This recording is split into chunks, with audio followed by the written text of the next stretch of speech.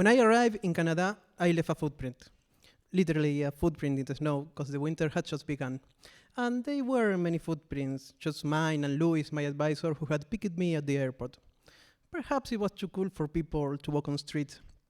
And was different when I left Argentina at the beginning of summer. My last footprints were in mud, and it was surrounded by a dozen of another footprints. Perhaps the weather was more conducive to people being outdoors. Footprints seem to indicate the environmental condition in which they were made. Through her story, that's been the case, and that's the focus of my doctoral thesis, to analyze footprints as a tool to understand environmental conditions over time. And I work with a very particular group, bears. I analyze the morphology of the footprints. Is big or is small? If it's big, perhaps consume more environmental resource than the others. And how many I have? Few? Many? Are similar or they are different? If we move on to Cretaceous period, 80 million years ago, we didn't see a lot of diversity, mainly small or medium tracks. And if we move on to Eocene, 40 million years ago, we didn't see any change. And that's interesting because between one moment and another, we have a meteorite and a mass extinction. Why? Could it be that the two periods we have a warmer temperature and very similar? Finding out is one of my objectives.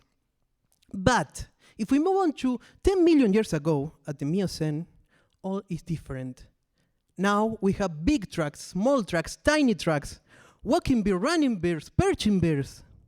Why? Why now and not before?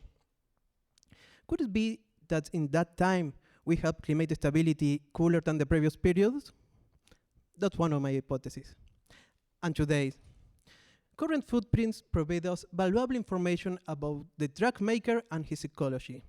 And that's the key to connecting the past with the future. By studying them, we can model possible future change, and that's really relevant in times when we are losing biodiversity to the climate emergency, isn't it? In my doctoral thesis, I have several questions. I have a wealth of information, and I have was certainly. All the animals, including you and me, left a footprint.